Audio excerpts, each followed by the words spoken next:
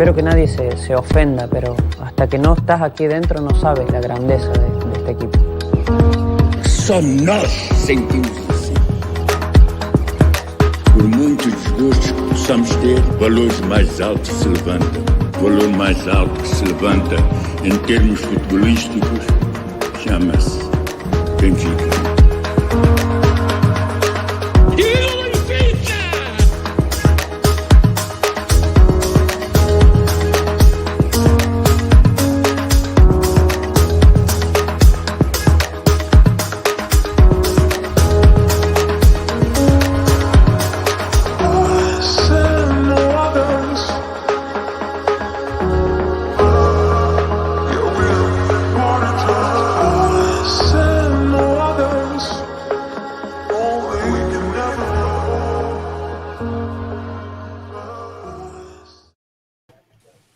Good evening, everyone. Welcome to another episode of Cantinho Benfiquista podcast. Today, joined by the regular crew, Oscar, Kenny, Jason. Bill makes his return. Gentlemen, how are we? What's going on, guys? Good. What's going on, boys? Bill, welcome back. Yeah, welcome Good back. to be back. That's my favorite. Good start, Oscar. We got a eventful conversation to go through, at least the second phase of it. Topics of discussion for today. Lack of efficiency in Liège. Started that game off really well. Could have put it away early. Didn't take our chances. Yesterday against Vilafranquense at home, we scored a lot of goals, and we put the game away fairly early, which was good to see. Off the back of this morning's news, I was disappointed to wake up and find out that Benfica was matched up against Arsenal. We'll talk about that. And also we will have Max joining us from Australia later in the show to talk about that draw and kind of get a different perspective from an Arsenal fan to see kind of what their thought process is on that. We'll touch quickly on the Guimarães Taça da Liga game on Wednesday, and we will talk about the Gil Vicente match at the weekend on Sunday. And then we'll talk about our highlight and frustration for this past week. And before we go into it, so I don't forget like I did last time, Exotic Dream Rental, don't forget, check them out on Facebook. Let Patrick know we sent you $10 off per day for your rental. So again, Exotic Dream Rental, check them out on Facebook, and you can book directly through their Facebook page as well. So, game Thursday against Stade de Liège. I know that the odds were against us in terms of finishing top of the group. We needed Rangers to do worse than us. They were taking on Lech Poznan, who I think we can all agree were not very good. They obviously came away with the win in Poland. We came away with the draw. My notes in this game, lack of efficiency. I think we started well, controlled the game, and again, as has been the habit, we start well, and then we end up conceding and we're chasing the game. Touch on lineups just quickly. Elton Late started in goal. Jean Ferreira played on the right. Vertonghen and Jardel in the middle. Nuno Tavares on the left. Vertonghen was the captain, which started some controversy to begin with, but Jorge just talked about that. Pedrinho got the start. Weigl, Tarat in the midfield. Waldschmidt, Everton, and Darwin Nunez. What are our thoughts on this game? And just quickly on the predictions. I predicted 2-1 for Benfica. Kenny predicted 2-0 for Benfica. Jason predicted 2-1 for Benfica. Oh, wait, I predicted 3-0. Mikey predicted 2-1. And Oscar predicted 1-1. So Oscar's the only one that got the draw. Didn't get the exact result, but he predicted. Oh, and everybody shit on me. That's right. I forgot that. What did you guys take away from that game? What were your thoughts? Who wants to go first? I can go first. All right, go ahead. Oscar's ready to go. Well, we knew that Benfica, we didn't know the lineup. Obviously, we already qualified for the next round. So I knew, knowing Jesus and what stuff he pulls out of his cartola, I was expecting some changes on the team lineup. We started off with a pretty strong lineup. Other than Pedrinho, was pretty much what he usually starts with. Other than take PZ in and take Pedrinho out. I think our offense was obviously, we missed a lot of chances, like you guys have said. But our defense, man, I just can't figure this team out. I can't figure why every time that opposing team comes to our A team, it's almost like a goal. Like they need to figure this out. And Jesus is for me. That's why. And I'll start again on my frustration. Jesus might be my frustration because he's been there for 6 months and he can't figure the defense out. Like, figure it out, dude. You're getting paid $4 million a year. Figure it out. That's my frustration. Anyone else want to add to that? What'd you guys think of the game? Yeah, I mean, I had a lot of what Oscar said. The problem, I think, defensively. I mean, we did have. I mean, Nuno Tavares was in there. João Ferreira was in there. So it wasn't the same back four, but still, you see the same problems. I don't know what's going to happen, but it's just frustrating to keep seeing giving up easy goals like that. It's starting to be to me, it's like no matter what changes we start, even what changes we do make, and any of that, it's still the same end result. We're still getting the goals being conceded.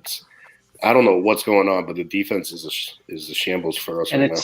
It's not like we're conceding these like amazing goals or like great buildups. It's like easy, just like on Tavares. I think it was the first goal, nice little 1-2, and like basic stuff. Follow the runner, and he's caught ball watching. Guy gets in behind, puts the cross in. Jardel sleeping, and then that's it. Like it's just basic things that they're just having mental lapses in the back, and it's costing us. And it seems like Oscar said, every time any team, doesn't matter how good the team is, gets any kind of momentum going forward. I'm not shocked anymore when someone scores a goal on us. I'm not even shocked anymore. It's like all right, well, now we gotta rally again. I almost feel like it's like I think, Mike, you're gonna say exact same thing. It's almost like we always have to score 3 goals in order to have a chance of winning a game. Like it's going to a game like, all right, now when we get to 3 goals, maybe we have a chance because we're gonna concede. I'm not predicting another shutout. That's for sure. But we go into every game down a goal. Hold on, Mikey. I'm gonna jump in on this one. Everton was on fault in that 1-2. Rewatch the play. That first goal is Nuno Tavares. He's defending that guy. It's a 1-2, and he follows the ball and doesn't follow his guy, and the guy gets in behind him. So I'm not sure which replay you saw. It might have been a different I've been quiet right now. I'm not talking about Nuno Tavares. Not yet. I'm not talking about him yet. I will say I'm not sure what highlight you mentioned, but it's like any other game though. It's another defensive lapse. Like it's what the hell? So you guys, I got a question for you guys. There's 1 or 2 of like one of those. Like it's like. It's bothering? Do you think it's a tactical thing with Jesus? I mean, yes.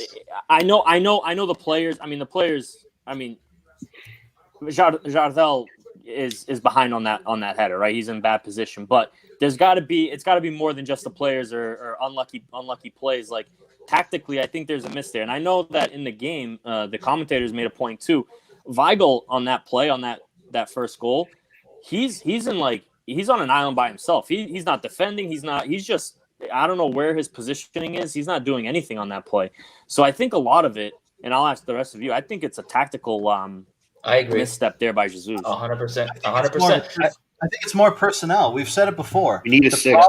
The problem starts further up the field. Benfica doesn't have a solid midfield to defend, and we can get into it a little bit later in the conversation, but we don't have a 6. We don't have a Matic. We don't have a Feja. We don't have a guy that doesn't worry about going forward. He just wants to focus on defending. And we don't have that. And every time our defensive line is getting exposed, they're getting run at, right? And it's difficult, right? Look at that second goal, right? We give up the ball, and for me, it's a bad pass, and then Ferreira doesn't anticipate it, right? He tracks back. The ball gets played to midfield, but again, it's just a gaping hole. The guy takes a shot, deflected, and goes in. It's just, for me, there's not enough understanding in the middle of that midfield to give that defense a little bit of a break. But does this come? And I agree with Kenny. I think this comes from a training ground. It has to come from a training ground. If the team defended as a whole, even if they don't have a 6, they can cover those spaces. The team is not defending as a whole. The team is like in each player is on a different island. They have to defend as a whole and to make up for the not having a 6. If you guys remember when and this is going back to Jesus' days. Benfica used to lose the ball, and it wouldn't give 3 seconds, and there's 3 guys on the guy that got the ball back for the other team to get it back. And now we don't see that. Now we always see is players require until they get to the 18. Think about this. The team that we have today, right? I know we think about a high press game, right? But look at the guys that are going to press from the front that are new to European football, okay? Darwin Nunez, he was in the second division in Spain, right? Yes, he's a workhorse, right? But he's not a guy that's going to press heavy on the first guy with the ball. Rafa's the only guy in that front three that is used to that, right? Everton, he's not used to that, right? He's not used to defending when he was in Brazil. Waldschmidt, same thing. He was in the German league, right? He's not used to that type of system yet. Gabriel, I watched him yesterday against Vilafranquense. He lost the ball. He stepped up and then got caught flat-footed. The guy just walked right by him, right? So we don't have guys other than Rafa that are used to and understand that high press system. So it's almost like he's trying. He tried it earlier in the season. There was a few games that against Moreirense at home he did it, but it's going to take some time for him to get these guys on the right page and understand where that balance is. Like, when do we press? When do we not? Can we press for so long? Can we not? I think there's a lot of details that need to be ironed out before we can that process. Out of all the guys you mentioned, only Everton came from outside of Europe. But what I'm saying is Waldschmidt and Darwin are coming from a different type of system. Darwin is in the second division. Yeah, right? Still, I'm sure. And the guy, out of all of our strikers, including Seth, Darwin's the one who tracks back the most defense. He does. But Seth is the guy of all our strikers that presses the first pass on the opposing team. Yep. That's the one thing that he has advantage over everyone else is his defending is much better than Darwin because he's able to press even in wide spaces, where Darwin and Vinicius weren't that type of player. So how long do you give Jesus to get those guys to defend the way they should be defending? I mean, it's 6 months. I think now with Europa League getting out of the group stage and hopefully there's less games, it gives him some time. Until February now, so it gives him some time to work in the training ground. But again, I think it's still going to be an issue until we fill that midfield. I think that midfield is the biggest culprit leading to our defensive issues, along with the question marks that we might have on the outside, on the defensive line. Yeah, I feel like you do see flashes at times recovering the ball, but it's not like we're used to, right? And it's not enough. I mean, it's got to be a record, right? I mean, we haven't suffered this many goals in God for years, really. So yeah. But again, I think it's telling of the times. There's 3 games every three days. They're playing games. He said it before. They haven't had time to coach on the training ground. Who's got horns in the background? My bad. Someone's alarm or something. I haven't had time to really work it in the training ground, and I think it shows. But again, he's coming into a team that was struggling heavily last year. And while we can say, I had a conversation with someone earlier this morning who said, why is it that we can give guys like Jose Mourinho time, right? When he goes and spends $200 million on players, right? He needs to make this team his own. He needs to make it so it's his philosophy. Why can we give guys like Pep Guardiola time when they go spend 200, 300 million on a defensive unit, right? And he still can't figure it out, right? So why can't we give Jorge Jesus some time to figure this out, especially picking up a team that has a lot of issues that he's trying to fix, right? I just feel like as Benfica fans, we're so demanding and expect the best all the time and straight away that it almost kind of blurs our vision of what the reality is to what the possibilities are. No, the only difference we're there, Portuguese. Mike, we don't have patience. The only difference there is that Jesus came for that purpose to fix right away, not to fix in a year. It's to fix right away this season, not fix right away. He's not going to get there and I don't think there's any manager you can say can come in and fix a squad in Dude, he came in 4 or 5 months. He came in, it was like a Mourinho, spend 25 here, 25 million there, 20 million here. Like no coach ever did that before. So Ever. doesn't mean the job's easier. All Look right. at how much Pep when Guardiola spent. Mourinho went to Manchester United, by December he wasn't winning a title. What happened to him? Well, he was like sucking. What happened to Mourinho in Manchester United? He was sucking though. Because he spent money and he didn't get the results. You can't compare the two. He had been there for 3 years already, or 2 years, whatever it was. Go ahead.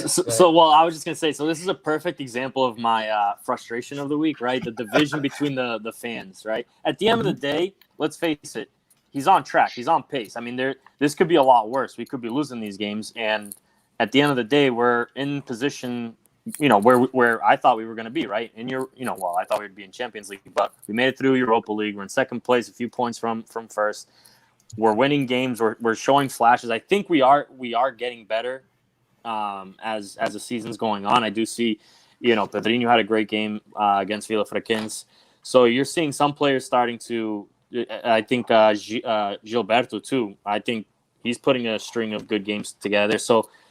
My frustration is you see online and social media, like the division between the fans, right? They want it now. They want it right now. And it does take time. I think I'm at fault for this too, right? I ride the highs and the lows as they come through. But at the end of the day, take a step back. You look at the standings and everything else. I think we're still in good shape. I think a lot of the fans that are giving Jesus a hard time are the ones that didn't want him to come back. So now any little thing, exactly, any little thing, they're gonna jump on it and ride it until the end. That's it. I want to say something. It's because of what he says though, and I was one of those people that I agree. I wanted him as soon as I heard the news. I loved it. I liked it, but it's the words that he comes and says. He's like, "Vamos jogar o triplo" and all that. That's it's how like, he is. Yeah, I get it, but like that's where the other fans like Oscar. And those type of fans, they think, and that's when they come back and they bring it in and be like, "Oh, look how they're playing! Look how they're playing this and that." And I get it. That's where they have their point. Like that's their point. But it's like what Kenny says. You take a step back. I think we're a really good position overall to how everything started too. Let me just add something else. Didn't we go through this last time? Doesn't Jesus have more points than he did at the same time? Taking out the Standard Liège game, Jorge Jesus in his first year at Benfica had one more win and one less draw, and it wasn't a season that we had a game every 3 days, right? A condensed season with no preseason. Like, I think he's ahead of expectations. Apart from the Champions League issue, right? Obviously, we wouldn't have wanted to lose to Bayern, to Braga and Boavista, but in terms of numbers, he's not far off that first year that he went on to win the Portuguese league. Hey, so at the end of the day, maybe he doesn't have us playing triple what he said, but better than he did last time. So, but I think that triple reference is. It's an exaggeration overall, right? Like that's who he is. Yeah, but that's how the Portuguese people are going to come and like use those words against him. It's ego. It's going to use his words against him, and that's how. Didn't you see him the other day in the press conference? They were like asking. I love it. I think it's pure entertainment how he talks. I love every time he speaks. They asked him about the standings, and he was like, "Oh, eu nem olho para a classificação." Right? Like that's of course like he knows. He doesn't know. Yeah, of course he does. Yeah. He's like, "Eu só olho lá para o fim da época." That's all that matters, right? But that's his persona. That's who he is, right? It's not gonna change. Oscar, it looks like you're holding. He's building something. No. The volcano's gonna erupt. You guys can keep talking about Jesus and all this, what he brings to the table. All I know is like I've never seen Benfica play a game like they played against Boavista and get humiliated, like 3-0 without like legit. That's the kind of like ups and downs we see this season that I'm not used to seeing Benfica. I can see us losing 1-0, 2-1, or whatever, like. But us attacking. But this time, like against Boavista, was a game that disappointed me to the fullest. I was like completely like disappointed with Benfica this season. It was with that game against Boavista, and until I'm not used to that kind of stuff. I'm not used to seeing Benfica like that. But when didn't Benfica win a campeonato one time and we lost 5-0 to Porto like halfway through the season? It happens. Games like that happen. You just had a bad day. A really, really bad day. It reminded me of a game in Ludlow. Holy shit! I don't want to remember that game. I definitely don't. I said it last week. I'll say it again. if you had the option at the beginning of the season to have one or two bad games that were just bad, but you still won the season, you're going to take it 10 out of 10 times, right? Yes, it sucks, right, to lose to Boavista considering that's their only win. It sucks losing to Braga, even though they're a good team. But, I mean, I firmly believe he's going to figure this out eventually. And I think that over the last 7 games, I think we're starting to see a little bit of improvement, which leads me into the Vilafranquense. I guess who would you guys say was your MVP for the Standard Liège game? Anyone that stood out? They keep passing on the next round. That's it. No, that's the MVP is bringing Pizzi off the bench and scoring the tying goal. And he almost had an assist to that Darwin shot. Pizzi came in pretty good in that game. Probably he should have started.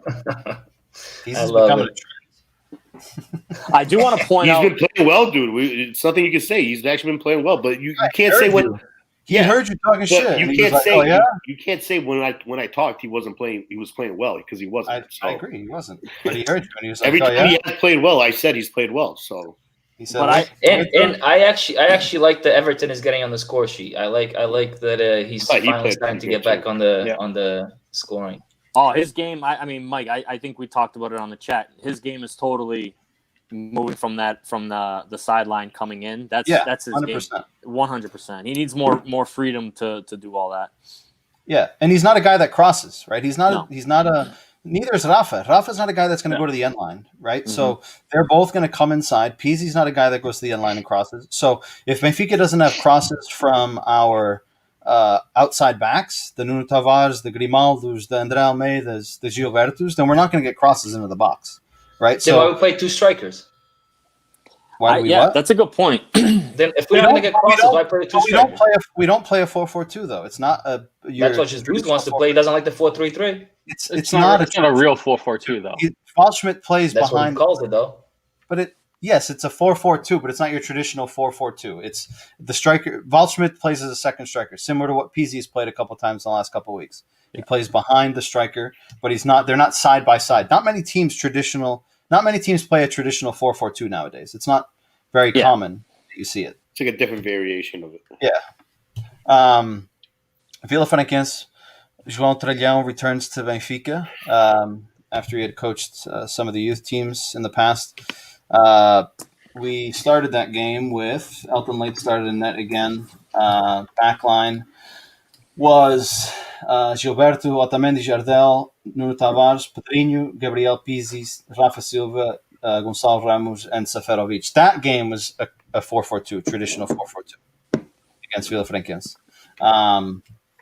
We win 5-0. We scored 4 goals in the first half, 11th minute, 13th minute, 15th minute, 42nd minute. My notes here are probably the most efficient we've been. I think one of our annoyances has been that we don't take our chances. And this game, we took our chances. We put the game away early. Pedrinho, as Kenny said as well, starting to show some signs of improvement. He hasn't had any chances. He scored a very nice goal. Nice, yeah. And one note that I have here is I said it a couple of months ago. I don't remember where I said it. I don't know if it was on this podcast or if it was on Cristiano's podcast, but Pedrinho reminds me of a Di Maria when he came to Benfica. Skinny, lanky kid that doesn't really look like he's got anything in him. And with time, Di Maria started to kind of evolve and come into the team. And Pedrinho almost seems to me as that same type of player. He likes to come inside. He likes to come inside on his left foot. Same build. Technically very good. I'm hoping that this is kind of like a turning point for him where he can start to kind of get more playing time and be more of a regular. I mean, he was off for, what was it, like 6-7 months, right? Because he didn't play in Brazil. I heard in the press conference it was his first goal in like 14 months too. So you know what that goal reminded me of? Just from the opposite side, see Melon's goal against Liverpool. Yeah. That just coming in from the other side. Yeah. It's small. See, Melon's was further out, but yeah. Yeah, but that same arc, right? That was. Yep. And Gilberto with the back heel pass. How about that? I know. I'm telling you. He's showing some signs. I had Pedrinho as my highlight for the week. Me too. Him getting that goal, and maybe that's a turning point for him too. That was it's good to have an option. Him as an option off the bench. That's what we need. We need there. And a pure lefty. Right? Yeah. Everton's not a lefty. Rafa's not a lefty. Right? We have Servi, but he doesn't seem to be an option for Jorge Jesus. But isn't it funny that we have both of these opposite sides? Like Pedrinho's a lefty, right, and Everton is a righty, and they both play on the opposite sides. So that's the reason why we're not crossing. There's a guy. These are just to cut in and it's the way they do it now. Yeah, you cut in. Yeah. It's very common on your front foot. It's very common that they have these players playing on opposite sides to be able to cut in. Like, you think about it, how often do you see a lefty normally play on the left or a righty normally play on the right? It's not very common. You think Gareth Bale, like, that's the only time, because the guy runs on the line and crosses, and I don't know, but it's very rare. When he went to Real, Gareth Bale played on the right. Did he? It was Ronaldo on Ronaldo on the left, Gareth Bale on the right. Benzema down the middle. And that's the purpose, is to shoot. Go cut in and shoot. That's all it is, yeah. Yeah. What did you guys think of the game yesterday? I think defensively we didn't really have to do much. We count yesterday's game? I'll say this about yesterday's game. Like, I know we played a second or third division team, but it was good to see the kids. Second division. It was good to see the kids play pretty well. Nuno Tavares played well. I thought Pedrinho played well with the golazo. Ramos scored the goal. He could have scored another goal too that hit the bar. That was a good play as well. But I thought overall, the kids played well. Benfica played well. We played a team that opened up against us, and we kind of told them not today. But you know what's frustrating about yesterday's game is I'll fess up. I didn't watch the whole game, but I watched the highlights, right? But just on the highlights, I saw 2 crossbars from Vilafranquense. That's what I'm talking about. My frustration would be that we need a number 6, because like the last one that you probably saw was because of Gabby losing the ball in the midfield. The guy just took the ball and ran it up. That's not acceptable against a team like we shouldn't be getting two balls in the post from Vilafranquense. Yeah. So let me comment on that, Gabby. I think that was like late at the end of the game. Gabby was. I think he got subbed right after that because he was already tired. Go ahead. But in B, I think the game is so far out of reach. Like, the players kind of just gave up a little bit. To me, I mean, Gabby. The second half wasn't that great either. So he didn't even make an effort. He didn't even make an effort after he lost the ball to like chase it down. I just think the game was out of reach. They weren't really even attacking anymore. They were just possessing the ball. It was just like a jogo treino. I'll say this about the game. By the time I started the game late. By the time I got into it, they were already up 3-0. So I was just like, oh, okay. So this is, your typical what you expect from Benfica. I mean, this was a game what you would expect them to do, right? 5, mão cheia, jogo das antigas. Like, this is what I expect. So I was in and out of the game. I wasn't following it all the way through, but like, I actually, believe it or not, I watched the whole game and I didn't see 1 goal live. That's how on and off I was. Like, I didn't see any of the 5 goals live. But towards the end, you saw that the play, especially in the second half, the tempo was gone. It was just, just a play. It wasn't like a real game anymore. I didn't feel like. They went in 4-0 at halftime, and that was it. Game was done, dusted. They just came back out just to finish the second half. Just to finish the game, yeah. Well, tired or not, that shot off the post. The free kick was the shot off the crossbar. The shot off the post is the one that I referenced earlier. It's a ball lost by Gabi, and he's probably about 15 yards from the guy. He steps up, gets caught flat-footed, and then the guy just like jogs right by him, and then he's chasing, right? Like, for me, that's typical Gabi in that deep-lying midfield role. Like, he's slow to anticipate, and then when he anticipates, he gets caught flat-footed, and then he's chasing. He did it once against, I think it might have been earlier in that game, right, where he was just, he lost it, and then he was just chasing. First, he didn't even chase, and then finally, like, started running back, and it's just like that is the beginning of our issues, is because of that. We lose the ball. First, we lose the ball too much in the midfield. And then on top of it, we don't have a guy that's going to go in there and destroy, make professional fouls to stop the play, right? And then it turns into that, right? Then we crucify our center backs because it's like, well, what the hell are they doing? Well, when you have guys running at you full speed for 30 yards, right? Like, you're either going to get lucky and guess right and get the ball, or 9 out of 10 times you're probably going to guess wrong and you're going to end up fouling them, right? And we don't have the fastest center backs, and I think that's what comes with a recipe for disaster. Didn't Jesus say the fastest center back we have is Jardel? That's bad. He did. He and did he say is. that. He did. First he said o Jardel é rápido. And then he's like, rápido no contexto dos centrais que nós temos. That's bad. Terrible. That's terrible. crazy. And I think it's worth noting that in a game like this, Ferro doesn't even make the squad. So that was Like- going to be my next. That was my yeah, next To me, topic. that kind of stood out. Like He you would didn't think even in have a games center like this, back. in a game like this, it's a perfect chance for him to play, build some confidence, easy game you expect, and he's not even in the squad at all. That stood out to me. Good But the point. thing, so they asked him in the press conference, and he said, "If you guys notice, I didn't have any center backs on the bench, which I think if he needed." I think his anticipation was that this team wasn't going to attack us much. If I need a center back, I have Samaris, I have Weigl, who can play center back. But that leads me to the next point here on this game is when we played Paredes, people complained, or people wanted to see youth. Play the youth, rotate the team, let's get new faces in there, give people a chance. We won 1-0. Fans turned around and said, we played terrible, it was boring, we sucked, blah, blah, blah. Yesterday, we played a very strong team, right? A few, Gonçalo Ramos went in, but a few changes, but it was a solid team. And then fans turn around and say, what are we doing? Why aren't we playing the youth? Why aren't we playing some of the younger kids? Give somebody minutes, right? And it's, what do you guys think in terms of, for me, seeing that we're playing so consistently and with a Supertaça game coming up next week, I think it is incredibly important to build that fluidity and that understanding within the core of the team to go into next week's game with Porto ready to go, right? Instead of mixing and matching all these players, right? Like we got the Guimarães game coming up, right? Like if we use the youth yesterday, we use the youth against Guimarães, right? Then we put our starters in against Gil Vicente, right? You lose some of that momentum, and then we got the Supertaça game, right? Are you guys surprised? Would you have liked to see more youth, or are you on board with the whole, I think, keep it consistent, at least for now, until the team can build some cohesion amongst themselves? I'm of that. I mean, I want to see more cohesion, more of a core group that we know these are our guys. So I'm more of that on that side of the fence. I thought he switched it up and brought in some youth. I thought Ramos and Tavares, who I thought they both play well. But Tavares been playing, right? Ramos is more of he's been on and off too. Like he comes in as a sub, he gets subbed out. It's like him and Grimaldo. It's Grimaldo's spot. He brought him there to play. So I thought he's mixing it in, which I think it's fine. I think you have to mix it in, not mix it all in all at once.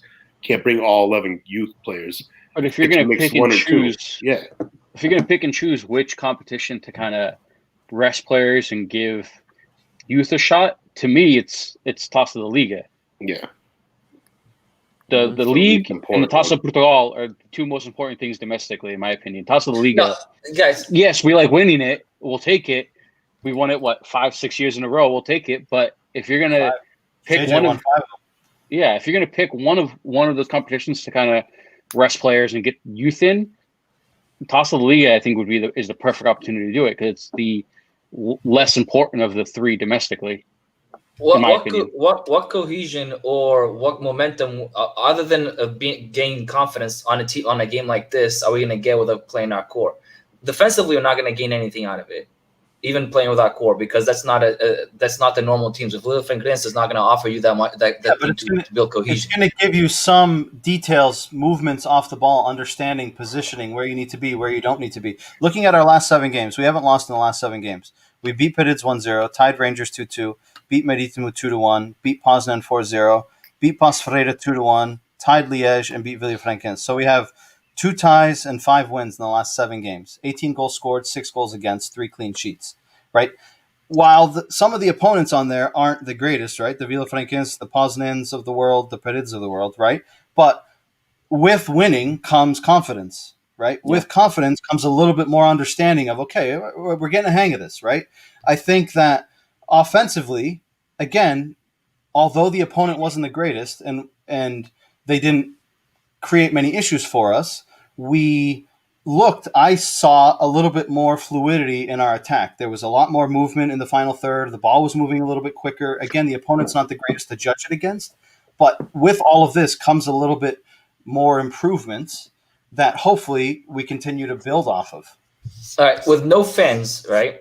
What is the difference between playing Vilafranquense, right, or playing our B team at 8 o'clock in the morning or at 2 o'clock in the afternoon every day until the next game? I don't get the question. Our B team's terrible, by the way. I know, but probably better than Vilafranquense. I think they're further down in the standing. Benfica B team played Vilafranquense at the beginning of the season. That was the game but the thing is, there's no environment around on the stadium because there's no fans, right? So if you want to build the cohesion, play your B team every day, twice a day, and until the next game. That's how you build cohesion. That's how you stop the game where you mess up and the coach fixes it. Yeah, but let's not forget too. This was a knockout game. I mean, you lose, you're done. Yeah. So yeah, but if we can't trust our youth players to beat Vilafranquense, then we shouldn't be playing. They shouldn't be in our team. We should. If we try, we can't trust. What I'm saying is, we did that against Paredes, and we won. Complained. Yeah, we won barely. We complained. No. There's a difference. But Paredes didn't create any chances against us. If we at least created one goal against us, we would have scored a second one. That's what I said last time, and I'll say it again. We would. But those are ifs, right? Like if we don't know that. And if Paredes scored a goal, which is a big if. But you also have to take in consideration the coach that we were coaching also knows how Benfica likes to play. He was in our system for many years. I think I heard like over 20 years. He was one of the coaches. No, but he also had dude. He tried. The thing with him is he tried to go attacking. He opened up the game and we went right at him. Like that's exactly what São Joanense did against Sporting, and they got smashed 7-0. São Joanense, a third division team, right? And everyone was like, "Oh my God, Sporting!" Portuguese press was like, "Sporting, look at them. They're rolling. They're crushing everyone." Third division team. Benfica beats a second division team 5-0, and it's like we knew we expected that, right? Right. So why is it different? Expectation, right? Sporting can smash a third division team who came out and tried to play eyes in their eyes and tried to play attacking, right? And it's okay. Benfica does the same thing against a second division team, and it's like, well, I mean, it's not that big a deal. It's the second. I'm surprised. Sporting, you gotta take the wins where they can get them. Assisted to Pizzi, and Pizzi scored a banger. Like that was a fucking nice goal too. I know. I hope you saw that replay. That's like João Pinto. That's better than João Pinto. I'm actually surprised Oscar's on the youth wagon on this one. No, on Vilafranquense, I was in favor against Paredes too. I'm in the when we play a second division or worse. Trust our youth team because that's where we're gonna get momentum on the youth team. But when it comes to playing right now we have Gil Vicente, Guimarães, and then Porto, right? If we play our starters all these 3 games, because Guimarães is not a joke, and I'm pretty sure that it's a League Cup game, but it's Guimarães, so Guimarães is not a joke, and pretty much going to play the same team that played now against Vilafranquense, like most of the starters. And then we have Gil Vicente away in Barcelos, which is not a joke. Okay, even though they're sucking on the rankings right now, they're not a joke in Barcelos. Should beat that team. Guimarães just lost to Santa Clara in the Taça this weekend, by the way. Yeah, 1-0. I don't know. I just feel like if we had lost, if we had lost to Paredes or to Vilafranquense just because we were playing the B team or the more youth players, I feel like Oscar would have come on here and been like, "Oh, Jesus putting in the youth." I would have said argument. I would have said the youth team, that team that played, should be signed contract ripped like that. Yeah, I don't know. I'm more like sprinkle the youth where you can, but I still want to see more of occasion, especially coming up to, we got Porto in a few weeks. Coming up to those games next week, I want to see like a solid performance, like Mike said, building the momentum, gaining more and more confidence with Gilberto and all these other guys, because that is going to be the most important game of the season, and it's going to show. And one more thing, our B team they're like 17, 18-year-old kids. They're not like I don't know what you expect from our B team. They're in like we have a U23 team. Huh? We have a U23 team. We have a U23 and a B team. We have a U23, but our B team is like but I'm talking about U23. U23 team. I think that their center defensive mid is like 16 years old. Like that plays there, Rafael Brito or whatever his name is. He's like young. They're all pretty much 16, 17, 18-year-old kids playing in the B team. They're trying to develop those kids at a younger age, so by the time they're 19, 20, they can step up to the A team. That's what I feel like that's what they're doing. Can I just go ahead.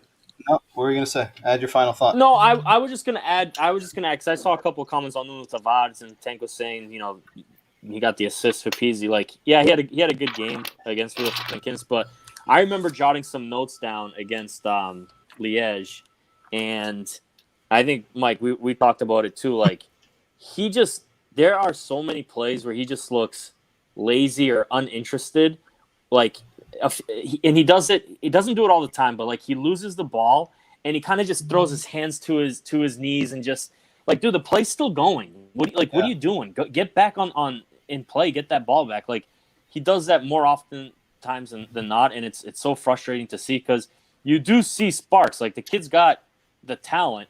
I just don't think his mentality's there, or he just doesn't have the work ethic. I don't know. What I feel like he gets so focused on attacking and wanting to be like what Grimaldo is. Grimaldo runs that flank pretty much, and he gets so focused on that he has these huge lapses when it comes to having a track back or just basic defending, and that's where it kills us. When we have those lapses, they end up being goals. Some of that comes I just want to say one thing. At the end of the year, we're going to count the assists on Grimaldo and Nuno Tavares. At the end of the year. No, at the end of the year. And then we're going to see. Because every single thing that you guys talk bad about Nuno Tavares, Grimaldo does the exact same thing. And then I'm going to pull an Oscar. Defend either.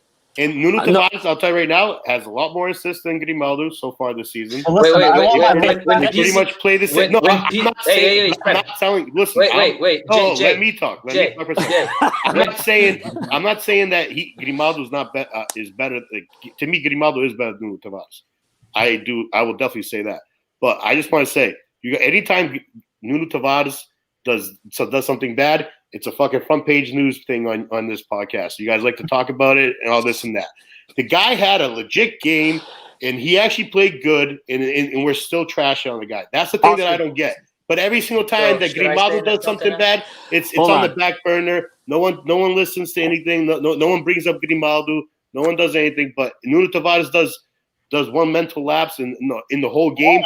It's front page news. Hold on. Oscar, that's all I'm going to say. That's all I'm going to say. You guys can go ahead. I can say at the end of the year, do you want to count the what tier teams he assisted on, like Pizzi when he scored against the second tier or 3-tier teams? You want to count that as well? Big games, man. We can do it all if you want. We can break it down step by step. Yeah. What I think. That's fine. No, I'm fine with that. What I think tells us to Benfica's going to play Porto pretty soon. I want to see a big boy Pizzi comes to play. How does he have I said it right there. If Pizzi plays good against Porto, I'll apologize to him. I will say that the fact that we're having a discussion about how many assists our left back is going to get, making him better or not, is scary because I want my left back to defend. I don't care if he gives me assists, that's great. That's a bonus. So why do you guys love Pizzi? So why do you like Grimaldo so much? He can't defend. He's better. He's a better defender than he's a better defender, guys. You really okay? He's not a better defender than they're both the exact same thing. I think they're both. They both suck at defending. I agree with that. I agree. They both suck. I think Grimaldo's better. Not much, but he's better. Okay. All right. Who was your man of the match on this game? For this game, I put Pedrinho. Pedrinho was my man of the match. I said the three. I put Pedrinho as a kid. I said the three kids: Ramos, Tavares, and Pedrinho. I thought Ramos did look a lot better. He did against with a better squad around him than he did against Pedrinho. Yes. Mm-hmm. Yeah. Oscar, who was your? I had Pedrinho. That was my highlight. Okay, and now we will talk about the Europa League draw this morning. I'm going to bring in our friend here, Max. Let's see. Oh boy, was he listening to us? He was. Max. We're like a dysfunctional family, Max. I can't hear you. Fuck, hold on. I like him already. You hear me? Yeah. Can you hear me? Oh, God, I think you can hear me. No, it's nice to know that.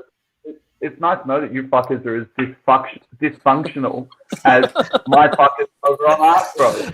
And it's nice to know that you have the same arguments that we have over on Arthros about whether or not left backs should defend or attack, or whether we care or not whether Hector Bellerin is the number one assister at Arsenal if he can't get back to his goal and defend. So it's nice to be here, guys. It's nice to chat with you. It's nice to speak to some of the people from my favourite place in the world. I've spoken to Mike about this.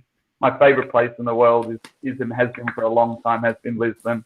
My favourite thing is to sit drinking Portuguese coffee in a little corner store, eating pastel de nata covered in beautiful cinnamon and looking out at the door and eating wonderful pork. So That's awesome. That's the nice awesome. bit. Now we can get to the competitive bit. Oh, boy. So Arsenal gets drawn against Benfica. Game start in February. Last time Benfica played Arsenal in a competitive match, Max, I don't know if you remember this, but Arsenal tied 1-1 at home, and then Benfica went to Highbury and won 3-1 in extra time, knocking Arsenal out. This is actually the jersey that they wore for that match. This was actually my dad's. I'm surprised it still fits me. But we both come into this, I guess, in different situations. Benfica coming into it, as you can see, still some criticism, but on the up.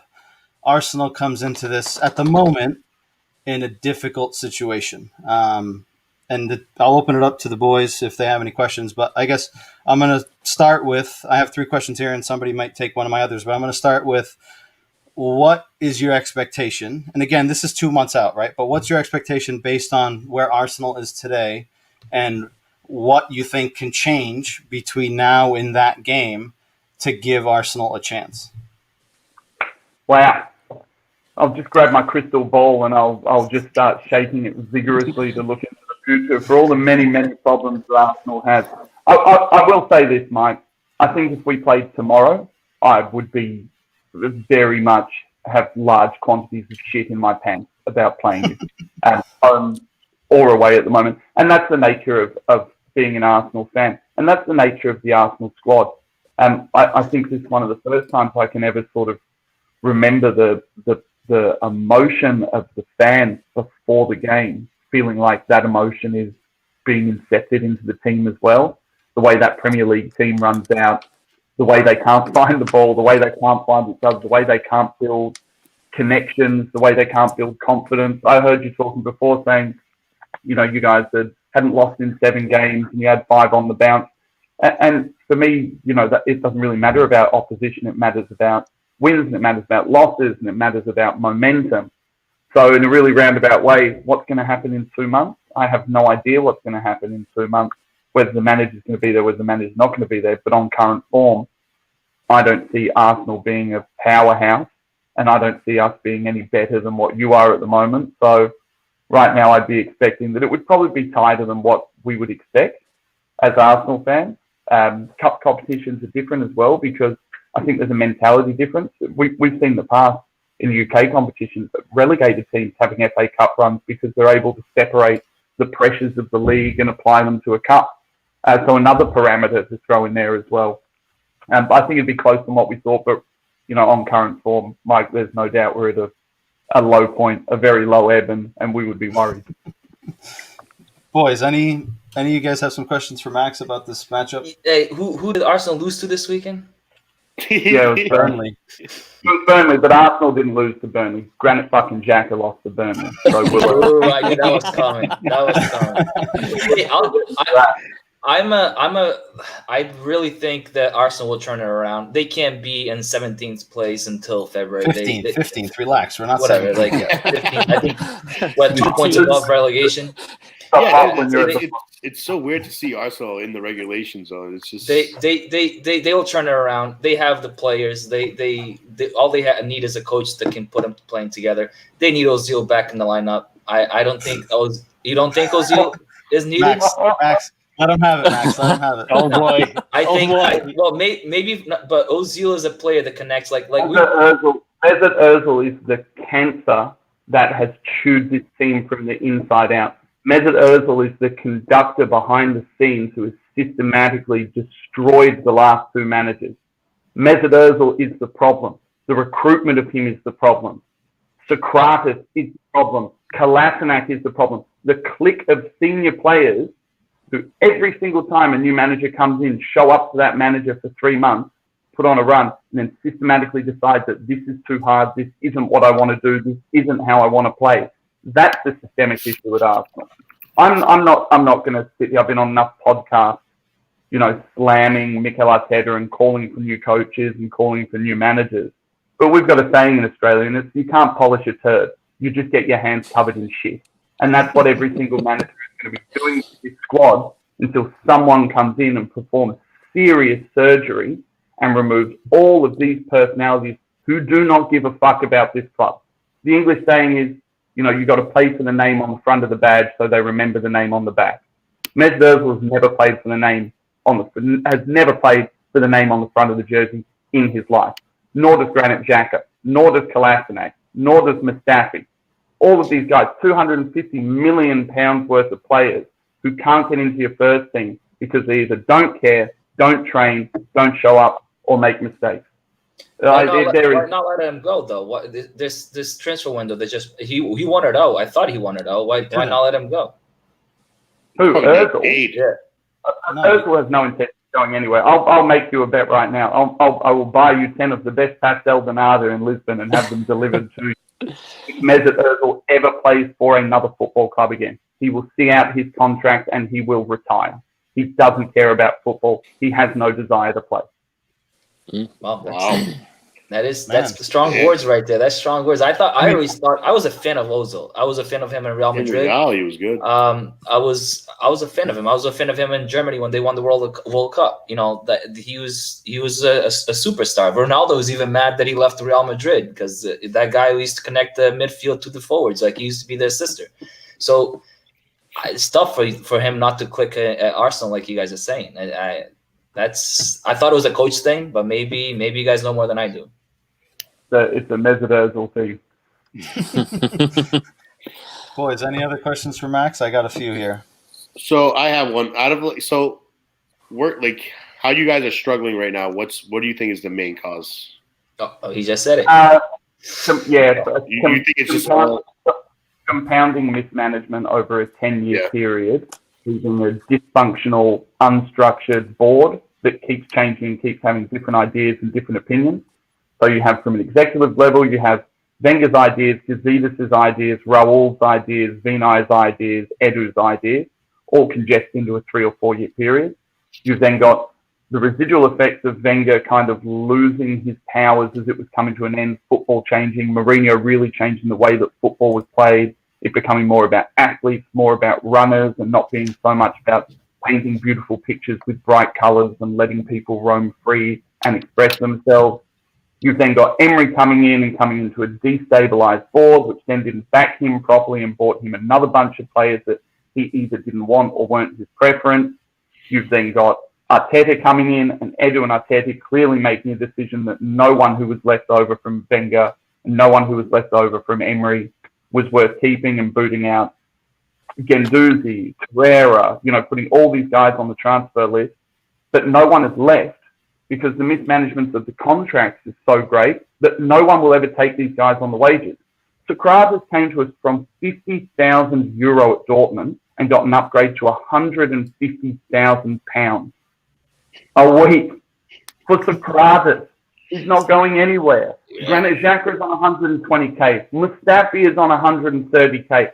Sayed fucking Kolasinac, who should be playing a different sport that involves not the requirements of your feet, right? Like he should be playing, I don't know, that Indian tag game where they all stand in a circle holding hands.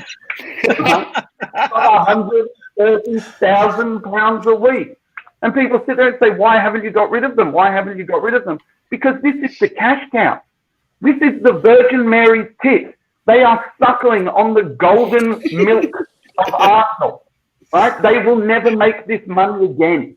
It will never happen again in their careers. And we've all got this thing that we get in our head because we're so passionate about being great lovers of football, that people play football because they care about football. And I'll tell you what, 18-year-olds, 9-year-olds, 21-year-olds, 22-year-olds, 23-year-olds, who have never made it at the top level and killed themselves and tried, they'll play until they're 35, 36, 37 because they love football. But people pulling down $150,000 a week to sit on an Arsenal bench and get trotted out in front of the media once a month and cause unrest and still train in the first team, They don't care about football. So in a really roundabout way, answer your question of what's wrong with Arsenal, everything. What do you think, looking at the current Arsenal squad, what do you think is the biggest weakness on the pitch that Benfica could expose? And what do you think is the biggest strength that could help Arsenal against Benfica? Don't say midfield because we don't have one. Yeah, but for me, it's not about just a particular position. You know, we were saying this on our podcast the other day. Like right now, if you're an opposing manager and you were coming up against Arsenal, it's a very easy game plan. And we've seen Wolves do it. We've seen Tottenham do it. We saw Burnley attempt to do it. They didn't quite have the same ability. They didn't have the running in midfield to execute it, which is why we eventually overran them and ultimately lost the game. Great story. Any team in the world coming up against Arsenal right now, it's really easy. It's stack the box, put big men, big midfielders who are confident heading the ball out, defend deep, push Arsenal into wide areas where they're going to lob 30 or 40 useless crosses into the box to an Aubameyang who's scored less times with his head than, I don't know, David Ospina, or a 5'10" Alexander Lacazette who's completely out of form, or Saka, who's never headed a ball into the goal in his life, or Pepe, who's never headed the ball into a goal in his life, or midfielders attacking the box from deep runs. Wait a minute, we don't have them because our midfielders don't have legs. They're basically amputees and should be playing in a wheelchair league.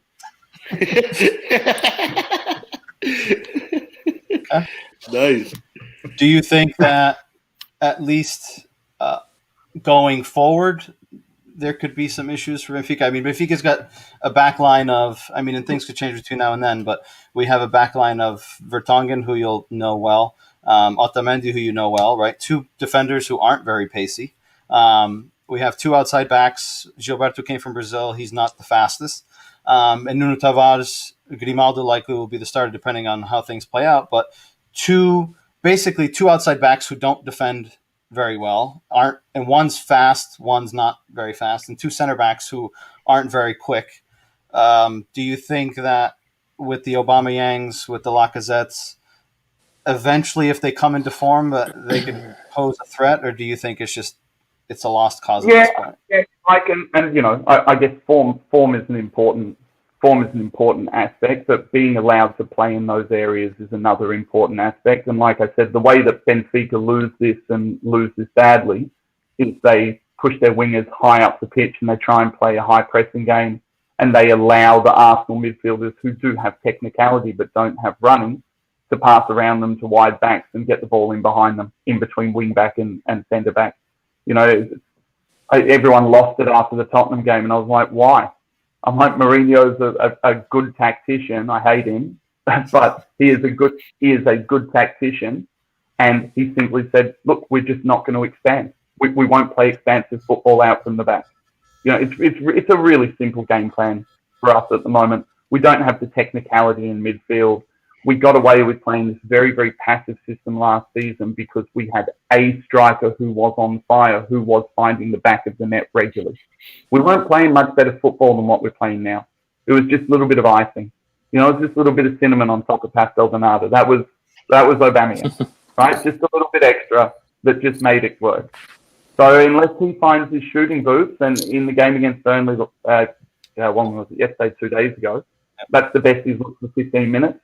That's the first time he actually looked like he reached down the front of his pants, found what used to be his testicles, pulled them back out of his now 13-year-old nutsack, and actually tried to go and win a game for us as captain of Arsenal.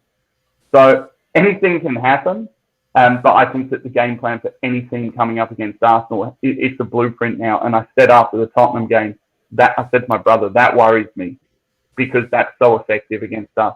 And unless there are changes, like large-scale squad changes and different players come in, and the one guy who changed that was Thomas Partey.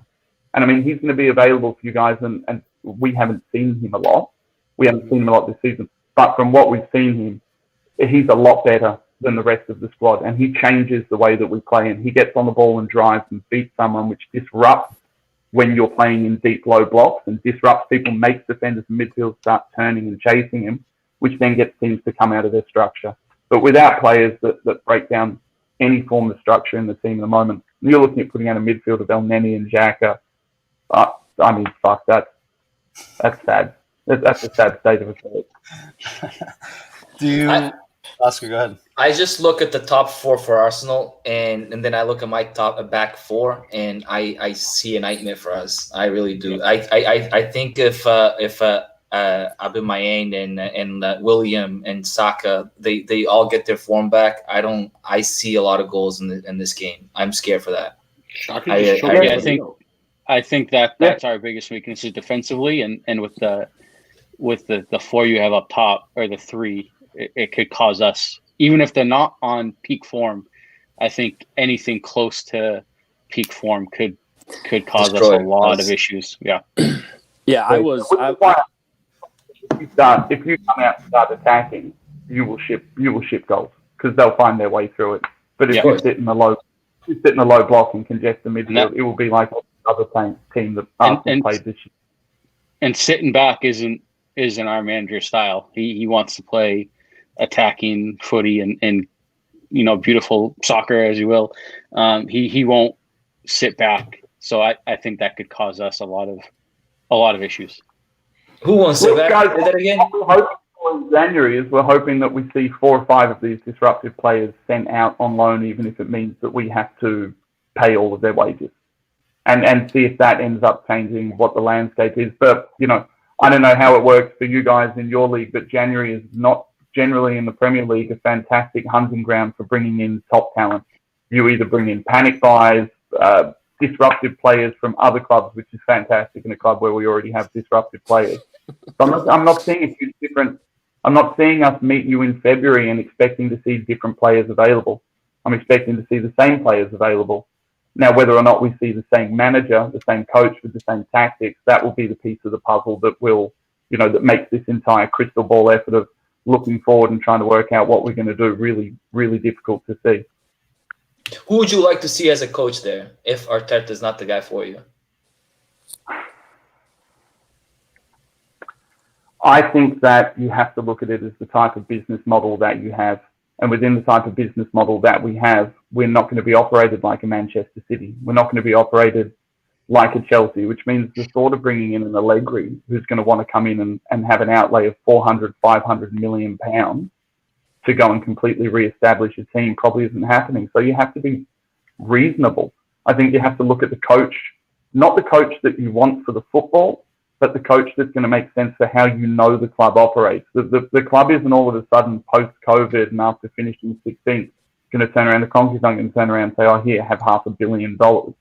And for me, someone like Rafa Benitez would be someone who I would be really interested in. He's proven at both top clubs. Rafa Benitez? And clubs. Go away, Steve. Someone like Rafa Benitez, who is experienced in cups and experienced in cup competitions, was very, very good at Newcastle when Newcastle were really poor. And yes, it's a sad state of affairs when you're talking about those sorts of managers. But I don't believe that an Allegri would come in and do an amazing job. Someone who I think would do an amazing job but would never touch us with a 10-foot barge pole is Pochettino, because he came into Tottenham when they had a fairly average squad, brought the youth through, which looks like it's going to be the mandate of Arsenal for the next 5 or 6 years while we try and get ourselves somewhere back up to the top. So someone like a Pochettino. A lot of people talk about Simeone and guys like, why would Simeone come to Arsenal? Like, why? Can I suggest one? Can I suggest one? And I think Ancelotti. No. You don't think he would do it? I didn't want him when he was available because I didn't think that he's a fantastic coach. He's a man manager who comes in and rubs everyone's balls and makes them feel good and drinks some wine and eats some pasta. And we've already seen some of the limitations that he has at Everton. So where he's come in, got Everton feeling like they're a good feeling team and playing well. And now they've started to slide as well. But, to be honest with you, if Mikel Arteta fails, I don't think he'll fail because he was the wrong choice. And I don't think he'll fail because he was a bad coach. I think he'll fail because he didn't have the requisite managerial experience, not to manage the tactics, not to manage the team, but to manage the personalities during a time when there was mass overhaul and mass change happening. And, I often talk to people in my line of work about there are things that I can teach you and there are things that you have to learn. And unfortunately, the things that you have to learn take a period of time, and they take experience through making errors, correcting those errors, and learning from those mistakes. And in the ruthless world of Premiership football, Mikel Arteta's come in, taken over a poisoned chalice, and it's poisoned him. It's poisoned him, and I don't think he'll be there. I don't think he'll be there beyond February. I can very much see Arsenal losing, not taking more than 3 points out of the next 5 games. Damn. So you think he goes past Christmas? I think if he loses the next 2-3 games, he's in relegation. Yeah, but there's so much time. That team's not going to get relegated. I don't think there's a need to pull the parachute cord out and shit ourselves and, go and bring someone in immediately. I think they'd see him through Christmas. I don't think when you're playing 3 times a week, who's going to come? We saw when Lundberg came in and took over us, it did nothing. Last time when Lundberg, everyone was like, play the kids. Freddie came in and played the kids and lost all 3 fucking games. You know why? I heard you guys talking about your B team when I was on earlier. It's the same at Arsenal. It's just that B team has now stepped up to a Europa level squad. Like all these people saying, so people like play Balogun. He's played 20 minutes of football against Dundalk, where he looked quite good. Like, come on, do me a fucking favour. Football fans need to get it into their brains that there is more going on behind the scenes than the immediacy for what they see. And I don't care whether you're a big club or whether you're a small club, whether you're a Portuguese club or whether you're a supposedly great English club. The systems and the environments around the people who you employ are ultimately what dictate their ability to be successful or not.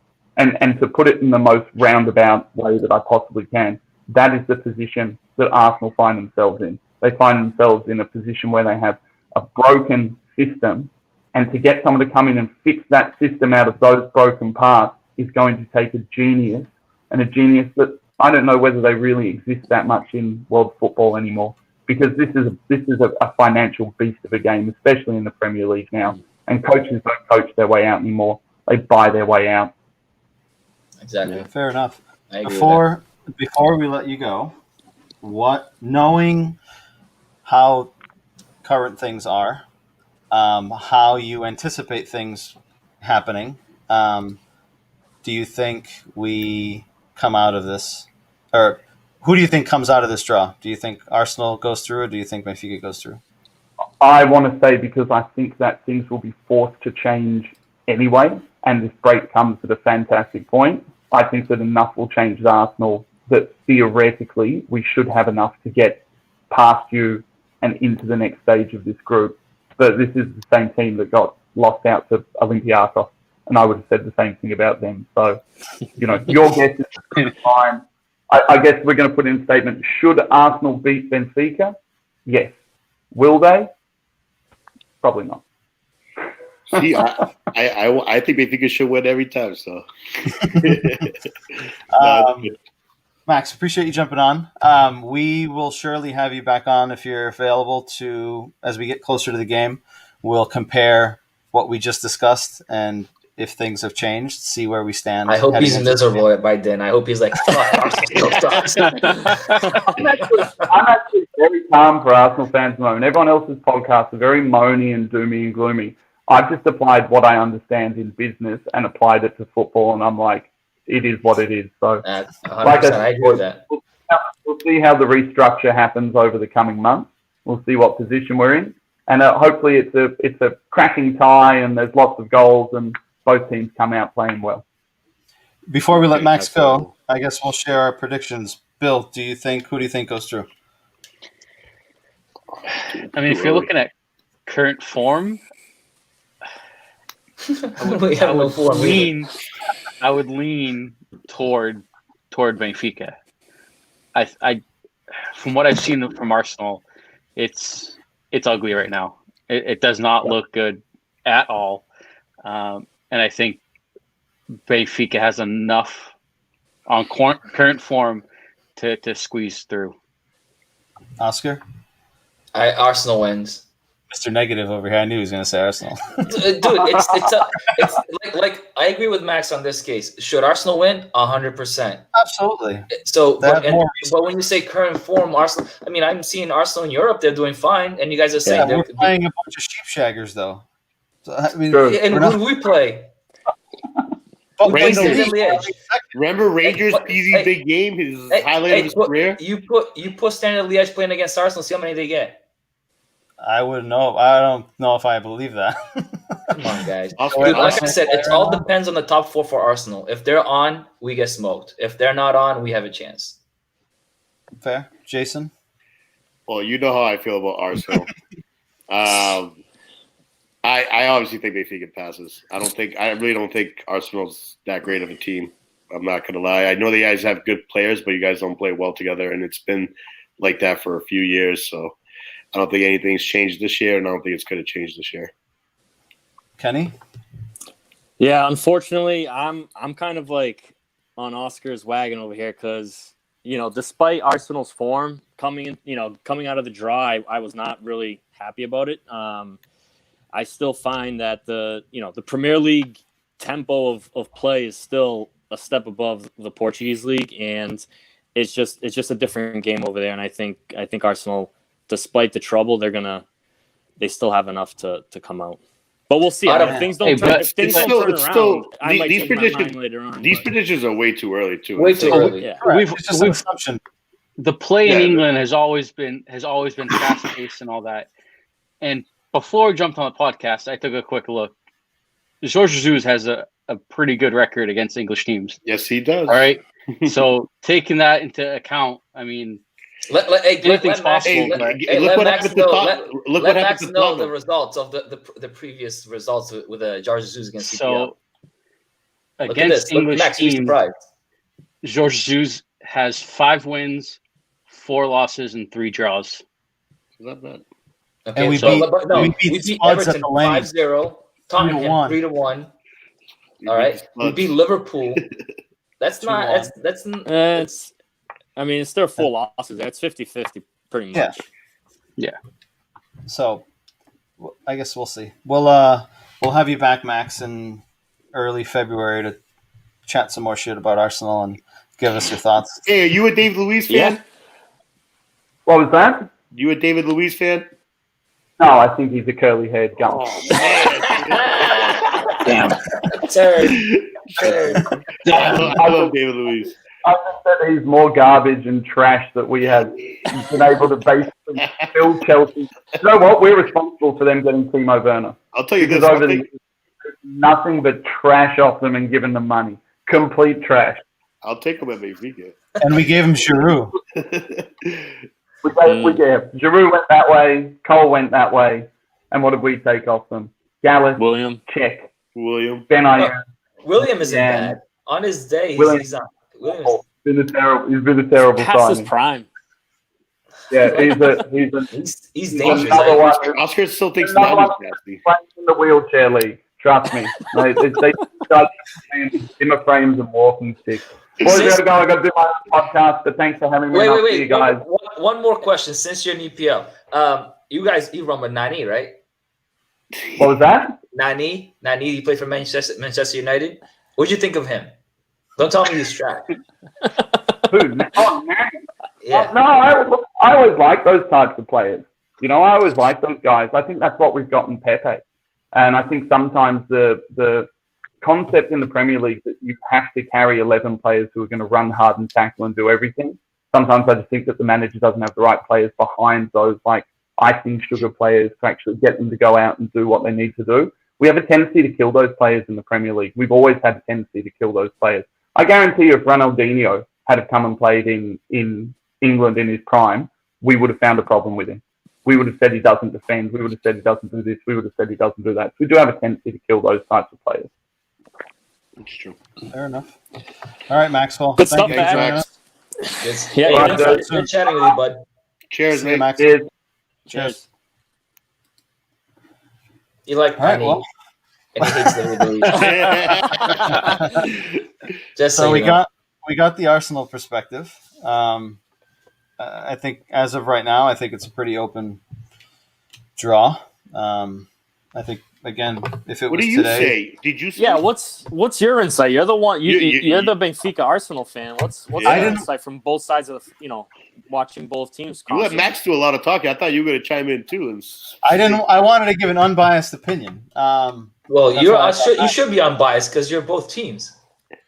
but that's not unbiased. What do you mean? 'Cause I Like like bias both is if teams. you're Come on. just one team. He likes both. Benfica is my childhood club, so I'll never root against Benfica. But again, I agree with Max. I think there's way too many issues in the Arsenal team today. There's a lot of issues in the background. There's rumors that David Luiz hasn't talked to Mikel Arteta in weeks now. They had a falling out, which is a problem. Lack of discipline. Arsenal's had the most red cards since Mikel Arteta joined in the Premier League. I think 6th. The next team with red cards is 3rd. 3 red cards. Again, if it was today, I would take Benfica 100% absolutely. Again, a lot can change in January. There's rumors that there's going to be investment. There's players going to be leaving. I don't know what the truth is to that.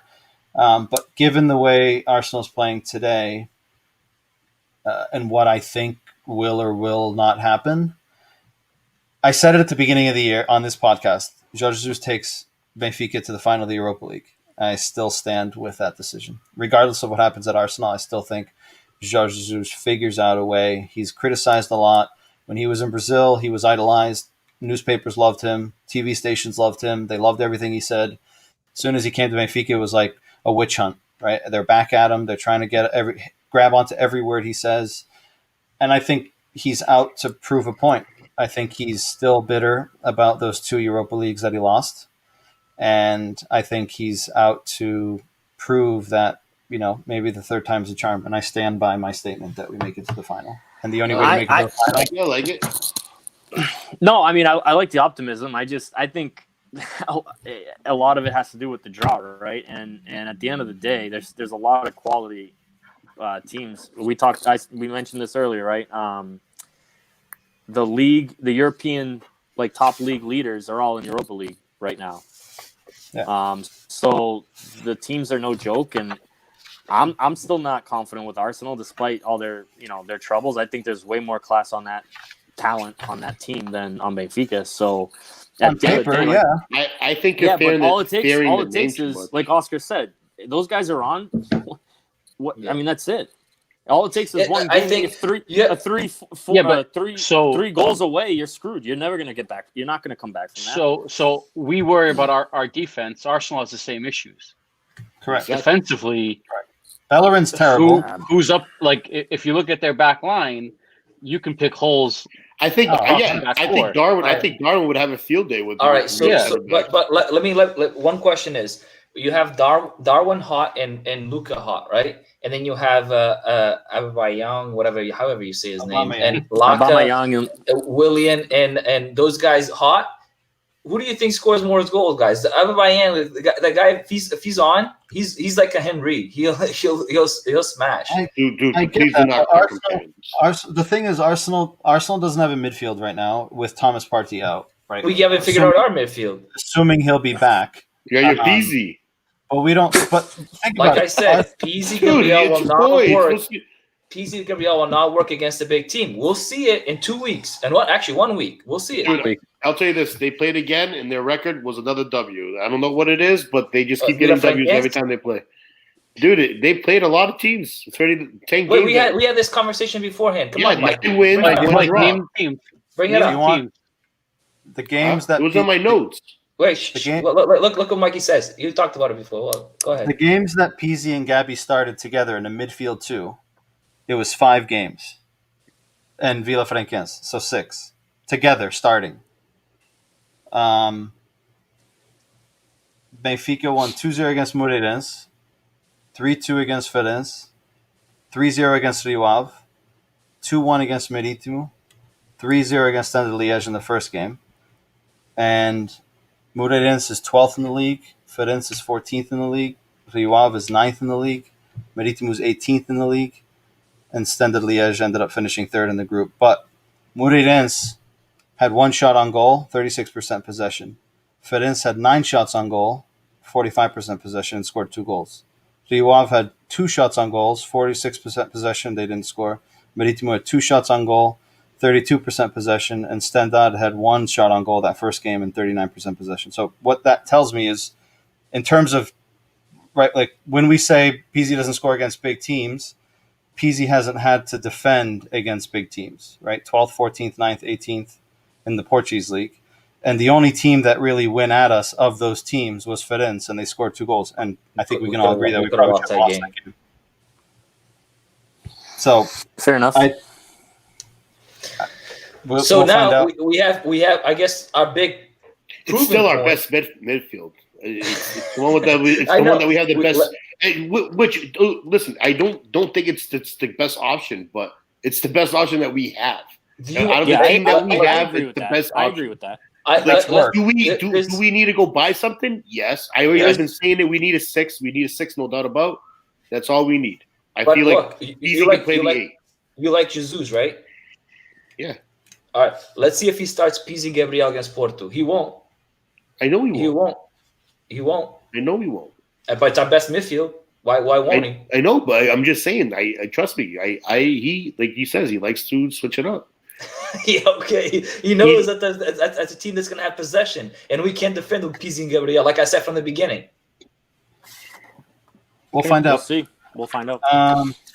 Quick predictions on the 2 coming games. So we play Guimarães on Wednesday for the Taça da Liga.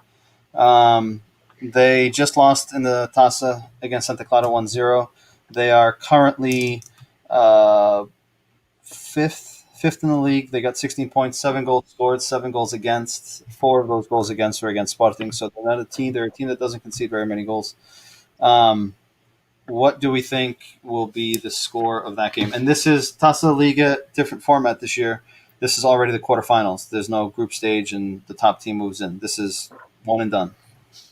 Oscar or Bill, what do you predict here? What do you mean quarterfinals? There's only 14. I thought they did double headers until the final. No, they changed the format. They didn't do the group stage either this year. So how many teams are in it? 8 teams. So I'm actually looking at it right now. There's Sporting plays Mafra, Porto plays Passo Freire, Benfica against Guimarães, Braga plays Estoril. Yeah. Those are all the games. How did Mafra get in this league? I forgot what the prerequisites were to get in, but yeah, they nixed the group stage because of the condensed schedule. So my question to you guys: you think we go youth in this game, Taça da Liga? Nope. No. We got Porto coming up next week, dude. We need. I agree. I think we got to play some horses. So Billy, prediction. I mean, so I said at the beginning. I said earlier in the podcast, if there was one competition to kind of rest players and bring in youth, it would be the Taça da Liga. Every time I've said that, he's put out a strong squad. So who knows? Going off of that, I think he does bring in the core group at least. Maybe mixes in some youth players, but I think the core of the starting 11 is going to be the veterans. Give me your score, Clyde. I'd say 2-1. Foda-se, roubaste o meu. Hey, is Grimaldo hurt or something, or is He's on Instagram? He's not on the bulletin. He's on Instagram. I think he just had a knock. I think they're basically just giving him some time to recover. Oh, okay. But I wouldn't be surprised if he played on Wednesday. So Oscar 2-1. Yeah, 2-1. Tank. I'm gonna go 2-0. Clean sheet. Yeah, I'm not going clean sheet. So one for them. That's an automatic, and then I'm going 3-1. I'm gonna go. They don't concede many goals. I'm gonna go 2-0. What this? So me and Mikey 2-0. Clean sheet. No clean sheet. That's a guarantee. Gil Vicente on Sunday. Gil Vicente is. Where are my notes here? 12th in the league. They are 2 wins, 3 draws, 4 losses, 8 goals scored, 10 goals against. They're 1-1-3 in their last 5 in all competitions. They've already played Porto. They lost 1-0 away. They've already played Sporting. They lost 3-1 away. last 10 at home. They've won 5, drawn 3, lost 2. Their last year they lost against Famalicão, and then this year they lost 2-1 at home to Guimarães. So they're not a team that loses often at home. They're normally a tough bone to chew. I know we beat them last year with Seferovic's goal early in the game, maybe 10, 15 minutes in. So I don't anticipate an easy match. What are we thinking for a score? I'll go the other way. We're away. We're away, yep. Barcelos. I'm going to go 3-1 again. Okay. I'm going to get one of them right. Jay? I'm going to go 2-1 in this one. Okay. Oscar? This is going to be a tight game, again, like a Marítimo game was. And I think we get out of there with 1-0, like late minutes. Oosh. Clean sheet, huh? Look at you. By that time, I hope Jesus figures out the defense. Fucking shit. Have we won a 1-0 game this year? Yeah, Perez. Yeah, other than that, we've scored goals and all the others. Phil? I'm going to go 3-1. Okay. I'm going to go with another 2-0. Another 2 clean sheets in a row. How about that? I went 2-0 and through 2-1. You went 2-0, 2-1. Yep. All right. We will be back next Monday. We'll preview, or we'll talk about the Guimarães game. We'll talk about the Gil Vicente game, and then we'll do an in-depth preview of the Supertaça game. We will have a Porto fan on the podcast. Boo! So bring your questions, bring your hostility in the chat. Not too hostile, but make it a little uncomfortable. I'm sure he'll be ready. Mike, you got to get your mute button ready. Oh yeah. Yeah, can we kick him out if he starts? He's not going to stop. Wait, Mike hasn't even announced. Mike hasn't even announced who it is yet. Yeah, so I wanted it to be a surprise. Most people know anyways. But so we'll have a Porto fan next week to talk about the Supertaça game that's on Wednesday. As always, make sure you subscribe to our YouTube channel. Hit the bell button. No trivia today? I did not prepare trivia today. Sorry. Okay. Again, on YouTube, subscribe to our channel. Hit the bell button so you can get notifications on Facebook, on Instagram, and that's it. Cantinho Benfiquista on Facebook and on Instagram. On Twitter, our handles are all in our name except mine. M Gonçalves 10 is mine. Everyone else has theirs listed there. And our website, cantinhobenfiquista.com. Check it out. Articles in English and in Portuguese. As always, thanks for watching. Thanks for listening. Have a good rest of your night. Boys, anything else to add? Vamos a mais guys. Keep the train rolling. Yep. Keep it going. Hopefully when we're back, we got 2 more wins. Yep. Absolutely. Boys, Viva. All right, guys. Viva Benfica. Viva. See you guys later. Take it easy. Ciao.